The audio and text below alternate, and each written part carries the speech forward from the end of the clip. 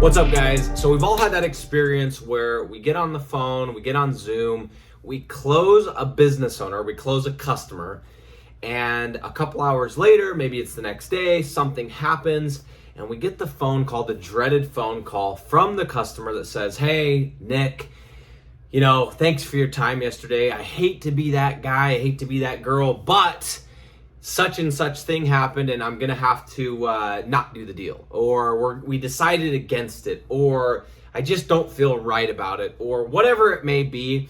And guys, this is something I've had nightmares over back when I used to do door-to-door sales. I remember if we would do a late deal, let's say that I was in a house late at night, we'd wrap up the paperwork. I remember waking up in the morning to phone calls, and it would be a number I didn't have saved, and I was like, "Oh, please, please, please, please make sure this is not a customer." And I remember time after time, "Hey, this is Dave from last night. But just so you know, thanks for your time last night." And I just knew, my heart dropped, and I knew immediately they were going to cancel. So this happens in any type of sale. It doesn't matter if you're selling home security systems, if you're selling pest control, if you're selling SEO, if you're selling lead generation. It's going to happen. And I figured out there is a way to almost entirely eliminate this from happening. And so I learned this trick, and this is something that I still do to this very day, but I learned this trick when I was doing door-to-door sales. So what I would do is this: I'd get to the end of the deal, and I learned that if you sold a deal and you installed the system, you delivered the product immediately, okay, and you ran the payment, they would almost never cancel. But where you ran into issues is if, let's say, I sold the deal and the technician couldn't come out and install it right away, and they were going out of town, or even if sometimes if it was like one of those harder deals and the technician couldn't come until the morning, when they would come the next morning, that's when we would run into issues. But if I could deliver the product almost immediately and I could get them, started in one way or another, then I was fine. And so what would happen is, if we sold the deal and the technician would come, we never had cancels. We never had cancels, okay? Like I told you, it was when we had to wait. And so what I would do is I realized, okay, let's say it's 10 o'clock at night, it's 9 o'clock at night. There's no way this guy's gonna let me put this home security system in his house because he doesn't want to go to bed at midnight. He's got work, he's got obligations, etc. So what I would do is I would wrap up the deal and I would dispatch the technician. I would say, "Hey, Carl," and that's actually one of our technicians. I would send him to the house. And I would text him and say, "Hey, I need you to just come and I need you to drill a hole." And this is something I want you to remember this principle. Drill the hole. And so I had this system, and I would pay Carl because he would kind of get pissed that he had to drive all the way there and he wouldn't be able to finish the install. He would have to come back. So Carl would come, and right before he would get there, I would tell the customer and say, "Okay, so here's the deal. Typically, we install these things right away because we get backed up. However, I know it's late. I know you said you guys have X, Y, and Z going on. So what I'm going to do is Carl is actually going to be here in just a minute. He's going to come in. It's going to take him 5 minutes. He's going to work with you and figure out where we're going to put that main keypad. The one that makes the siren. All he's going to do is he's just going to mount that keypad, and then he's going to come back tomorrow and wrap this thing up, or in 2 days or in 3 days. He's just going to get the keypad up just so we can keep these things going." Reality is, it didn't matter about keeping them going. The reality is, I just wanted to make sure that these people had the hole in their wall, they had the system on the wall, and they were doing it. They could internalize, "Hey, we're doing this thing," okay? Because it's a lot harder to rip a panel off the wall and go and patch it up than it is to just call me and say, "Hey, we cancel." So Carl would come, I'd pay him a little bit of money because it's kind of inconvenient, and he would literally work with them, say, "Hey, this is where we recommend it. What do you think about this spot?" Okay? He would take his drill and he would drill the hole.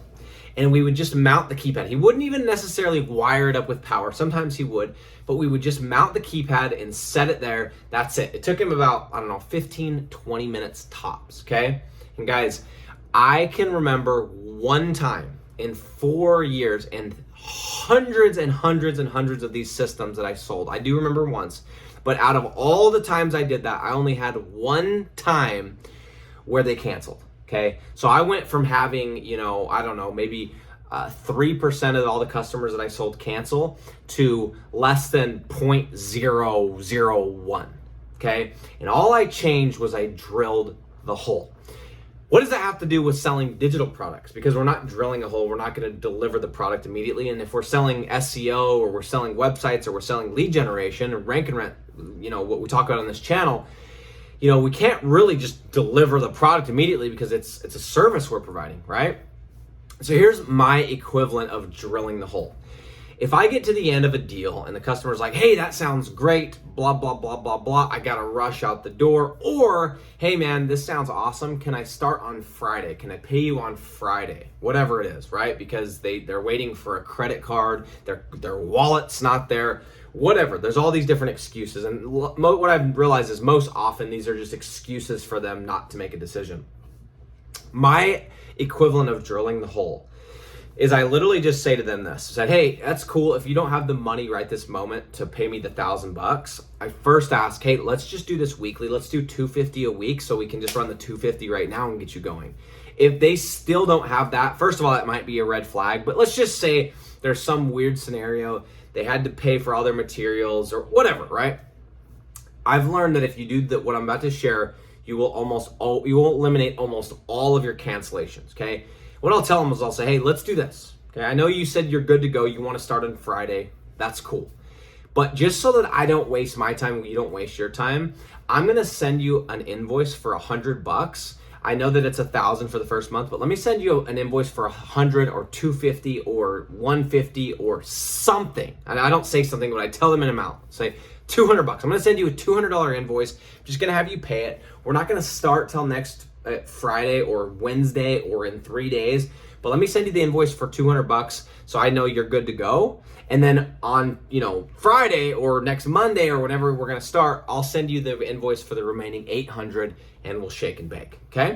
Okay, sounds good. I'll create the invoice, I'll send it over on Stripe or whatever, they'll pay it. And guys, if you do this, you are going to save yourself so much heartache, so many people that want to cancel, because guys, nobody's going to pay you $200 that's non-refundable and call you and say, hey, actually, I decided I don't want to do this. Because the people that have those thoughts, what they're going to do is they're going to go, shoot, I already paid that guy $200. I already paid that girl $200. Why don't I just go ahead and do this thing? I only signed a 6-month contract. I only signed a 3-month contract. It's only a year.